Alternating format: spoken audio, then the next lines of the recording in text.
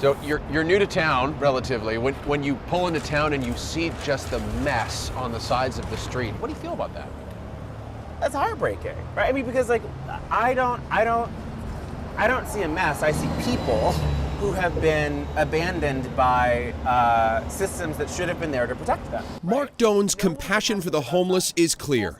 They too experienced housing instability once, but today, with their life back on track, they now lead the King County Regional Homelessness Authority.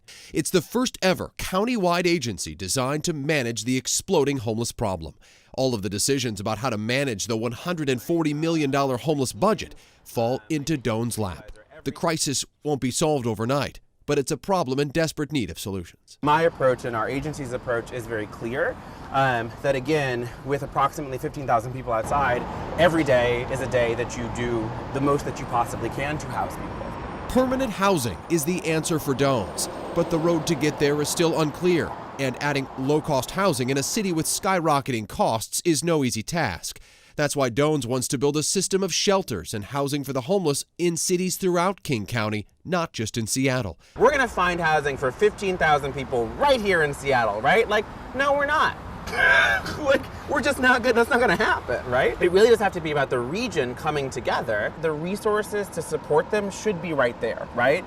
You shouldn't have to go 6 towns over to get the stuff that you need when you're in a crisis. During the last census, more than 5,500 people were found in King County sleeping outside. It's a number that surged during the pandemic. Seattle, the nation's 13th largest city, now has the 5th highest homeless population. The majority have a last known address not far from the street corner where they'll sleep tonight. Yeah, I'm deeply skeptical because has it worked? Has it gotten better over the last, 5 years? Not everyone sees solutions the same way. Jack Stein, a Seattle radio host, was once living on the streets and addicted to drugs himself. Today, he believes handing free housing to the homeless is not the answer.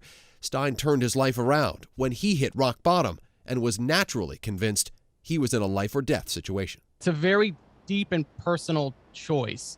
And I don't think it can be a bureaucrat or, a social worker or whatever.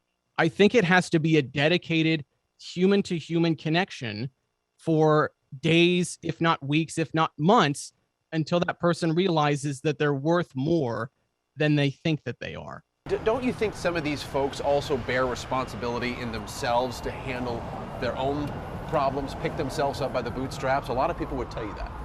Yes, a lot of people would tell me that. I don't agree. We are saying that they should be able to access those supports inside safety, right? Like outside of that crisis situation. I have experienced in my own life, right, some pretty significant mental health stuff. I've been institutionalized twice when I was younger. I'm fine. I'm here, right?